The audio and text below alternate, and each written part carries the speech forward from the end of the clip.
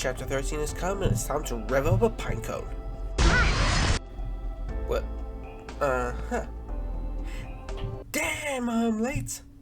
But still, I want to take a couple steps back to design of Strife, or DOS as it's called, is an event that came, made a lot of molding, and then dipped. Thing is, I'm actually not really going to be talking about difficulty for two reasons. First is DOS is one of the hard events. Duh. But more importantly, difficulty is subjective. Everyone has different levels of what they find difficult, and also different points when they find hard just stops being fun. For example, I and many people, I'd imagine, would likely not find ARG fun. Ask me to do extremely cryptic puzzles that can take years to solve? Yeah, no thanks. But we have all seen some kind of ARG video documenting the trials and successes of the community gathering clues and finding solutions. To them, the hardness of the puzzles is the appeal. The community comes together with many different skills and professions, all working together on a singular goal. It's a beautiful effort creating many incredible stories. No, I want to talk purely on design.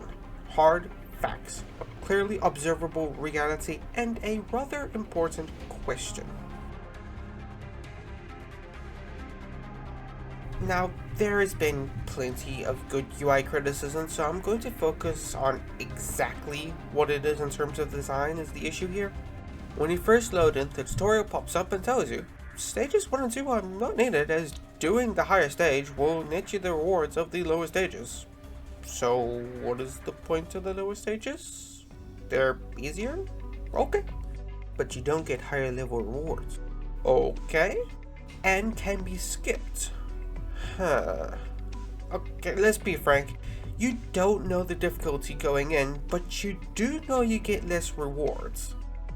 In comparison to the main stages, the button to decide is hidden away here. But in DOS, all choices are presented essentially equal. The choice is really, do you want less rewards or more? Why would anybody choose less rewards? Kinda makes stages 1 and 2 may as well not even exist. But let's put a pin in that for a second. First, an exploration. Look at the design intentions. Who would this be for? DOS is pretty widely considered to be for veterans. That would explain the design decisions, yet before any conclusions, let's look at buffs for a second. I promise I'm going somewhere with this. That. Right there. You notice that?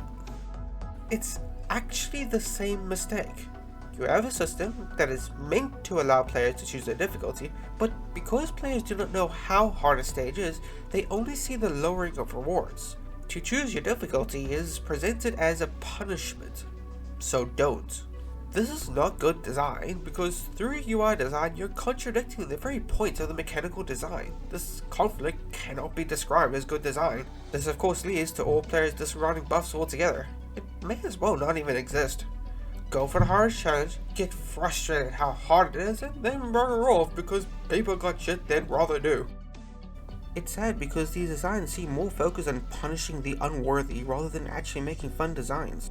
This is by no means a good way to design a game. It really makes me question it. I just want to be clear. I'm not talking about what's in the devs' heads. I cannot know, I'm not in their heads. I myself are just looking at the design. And there are good designs in this event. Yes, in fact, this event did something right. The T stages were genuinely fun.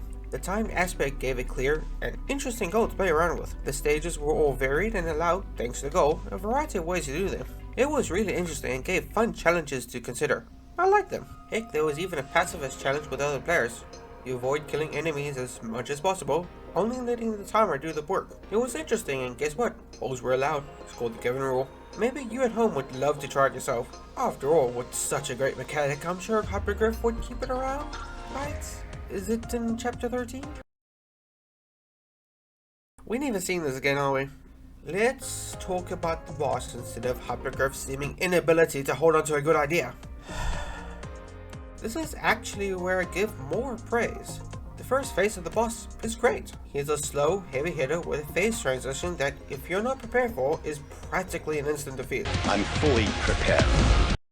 So we have three aspects. The boss has a ton of health, he attacks slow but hard, he also has a disruptive ability, that forces you to either lay out your forces well or adapt to it. Points 1 and 2 suggest Assault does it, a heavy defender to block him, and medics to keep them alive, while point 3 keeps things interesting.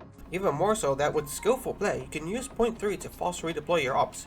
Pretty handy and creates room for great plays. It's fun, and a great lead up to a phase transition where all the stalling gives you time to prepare, and now those preparations take fruit. Did you prepare enough? This is a trope that's been in several games and it's very fun. Let me explain. Say you are tasked with preparing for a journey. I swear I'm going somewhere with this. Gather 10 Snickers bars. How much will you gather?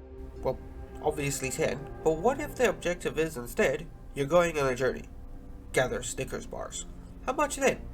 Well, between 3 and 3 billion. Where in between is frankly up to good design. If the gathering is fun, the mystery itself compels you to gather. After all, it's an unknown. Is that enough? Will you run out? To gather even 100 makes one feel safe. 1,000? There's no ways you're running out of 1,000. That sense of safety is a source of fun. You're taking a point of unsafeness, the mystery, and conquering it. At that point, the amount doesn't really matter anymore because you as the player are taking control. The amount is just how safe you want to feel. Now comes the criticism. So we have the making of a great boss. Creates a sense of insecurity with high attack, creating ever-present dread. Phase transition, always being just over the horizon, urging the players to prepare and thus gain a sense of control. So the natural progression should be the boss tries to remove the sense of control, right? Well, kinda. The boss flies now. Okay. So now we are switching to a damage-centric design as you can't fully stop a flying enemy. Now on paper, this maybe seems fine. Control is removed by the boss being unblockable, for half its HP that is, at which point he stops flying. Don't look like it, but sure. Tangent aside, why only on paper? Because as soon as you force the player to adopt a damage-centric tactic, you're also forcing the player to kill the boss there and then. Yes, he lands at 50%, but at that point, the damage is done. Just finish the job.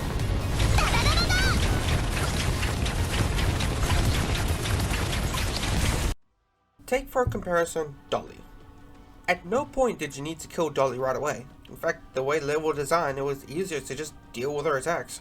Because the optimal defensive line was always near the end of her journey and her path always long, she would always go to your line and would always be the last enemy. This creates a boss that becomes a useful design tool. For the whole map, she is making gameplay more interesting by throwing wrenches. This is good boss design, regardless of whatever your personal opinions of her might be. But here's the distinction. Boss can't do that while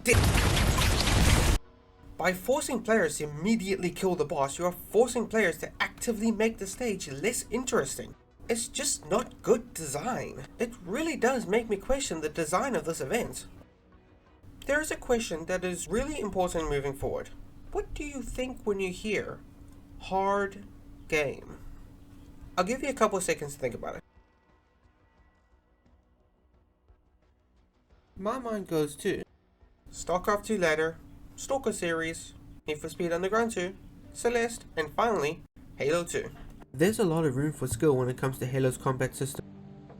You can sneak around, land those perfect headshots, and even limited juking and weaving, rewarding players who take note of where cover is. Now if you were to just stand blow for blow with an elite on harder difficulties, the elite would win, every time. But with the application of skill, you can charge blast, then hit tab. The challenge is seemingly impossible stats-wise, and yes, the game itself is very hard, but these games have a design that respects skill. By providing the tools you need, it shows who has the skills to overcome the challenges. A true test of who can handle hard and who can't, by right of skill. Going back to the design of Strife, I myself haven't beaten S3, so I did some research. I looked up 14 clears and read the enemy infos to get a good grasp of what the stage is. That way I can have an informed opinion on making this video. Now I've been playing Arknauts and doing my dailies every single day for a year and a half. I've also gotten pretty lucky on rolls, so I have a decent barracks. Now watchers have noticed the pattern, but again, for listeners, I've been playing the game for exactly a year and 6 months, yet in every single clear, I was missing at least 2 operators, and that's not even counting operators I haven't even built yet. In fact, if you combine the amount of operators I had built and the amount of operators I had but hadn't built yet, the amount of operators I didn't have would still be more than double both combined. I would even go as far as to say, DOS is the opposite of skill. It punishes showings of skill. Let me explain. For watchers, you may have noticed a couple of niche clears, specifically defenders and casters only. Shout out to Turns and Chris, your clears rocked. I did also try to find snipers or specialists only, but I couldn't find any on YouTube. Of the many rather samey clears, the ones I consistently found the most impressive were the two niche clears I found. There was clearly a lot of skill on display, and again I tried searching for more, but I only found snipers only A3 with some buffs, plus Innis. Now that's still impressive even with buffs and not quite snipers only, but still, shout out to TK, your clear rocked as well. The fact that such a thing is even possible and the skill needed to pull it off, personally I find it quite impressive. All kudos deserved, and you know what?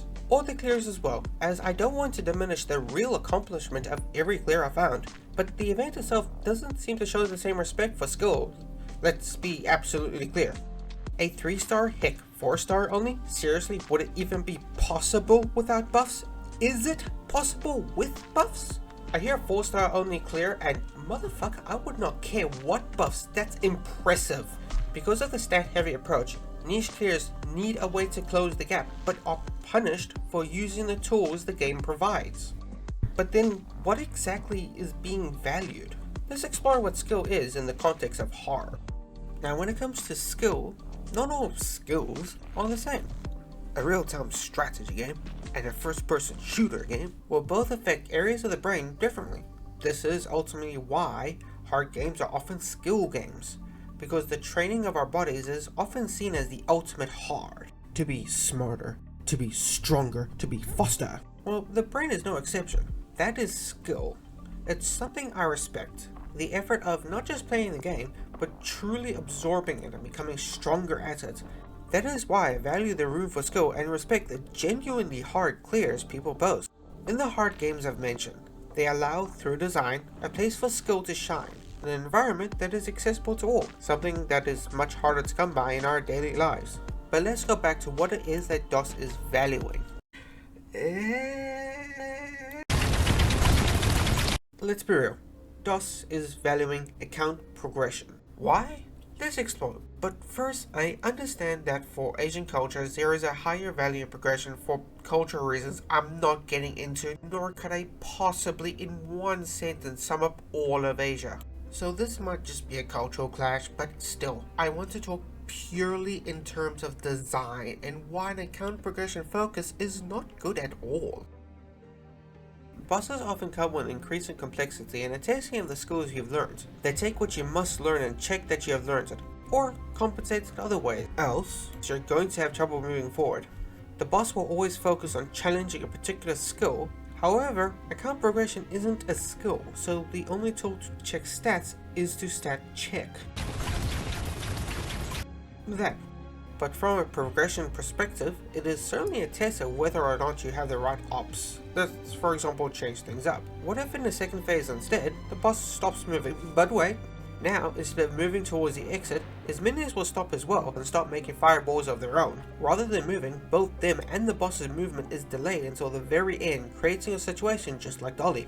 To up the difficulty even more, the fireballs target a random operator, but will also change course to the last deployed operator whenever one is deployed. They are very slow and invulnerable, but eventually fizzle out and deal true damage to the boss each time a fireball is created. So with just good use of Gravel and Project Red, those with good awareness can consistently lead the fireballs around.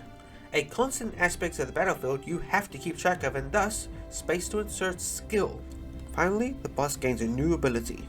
After half a minute of slowly ramping up visual aid, it creates a fire path towards the operator with the least amount of health, dealing arts damage along the way. Change that operator, and then deals 1000 true damage. If the operator is defeated, the coffin releases a shockwave that stuns both operators, enemies, and fireballs around it for 4 seconds, and dealing true damage to everything affected. Yes, it would even kill fireballs. This will challenge a player's ability to properly place out their operators, as well as provide room for some really neat tricks. without also creating a punishing design for players that want to use the ability to their advantage. By baiting the boss's skill, you can feel empowered, pulling off a sick-ass move, or even players who get caught by surprise have 4 seconds to correct their mistake by breaking the coffin and redeploying their op. This is very important when designing hard, not just punishing a player for making a mistake, but instead allowing players to correct mistakes with skill. Now I came up with this over during the dishes. It's not going to be perfect, but I would say this sounds a lot more fun than what we got. If you really want to unga bunga the boss, that is still possible, but by making him an ignorable threat, you leave a tool to make the stage a lot more interesting and fun. There's also reimagined buffs. Say for example, a buff that grants 100 ability points per second, but limits deployment to 3, 2, or even 1 operator. Infinite skill up, but you gotta be careful which operators you choose to use. That kind of buff would not only be very interesting and fun, but it would be very hard. You would have to adapt to a lot, needing a very good grasp of the battlefield and redeployment time. Boss cheese, boss cheese. Game design has a bunch to consider. What a design is valuing, what it leaves space for, and last but certainly not least, what it is you're challenging. If account progression is what you're valuing, it leaves out all those who have not progressed. If just health bars is what you're filling the space with, anyone who has those stats isn't given a fun time, and if stats is all you're challenging, then your only tool is to stat check. But this brings me to a question. What is hard? Is it the application of skill, or is it a display of loyalty? Is what I would have said before Herbst. No, I will not say the full name. This boss is everything I've been asking for. Brilliant. He has a long stay time, abilities that demand skill, specifically players' ability to adapt, and he is quite fun. Since you have to actually engage with the stage and its mechanic, it's a really interesting fight. I love the boss, and it's honestly one of my favorites, right next to Waken and Gardener. Personal opinion. Gushing aside, I've been discussing with hard facts as much as I can, but if I may be subjective for a second more, I would any day of the year rather fight bosses like this moving forward. I frankly love this boss. In closing, I hope this trend continues with more great bosses and level designs that actually engage a player's skill rather than a simple stat checking. It's honestly so refreshing and so much more fun to fight an engaging boss. I cannot praise this boss enough. Now, I actually don't expect Hypergraph to see this video.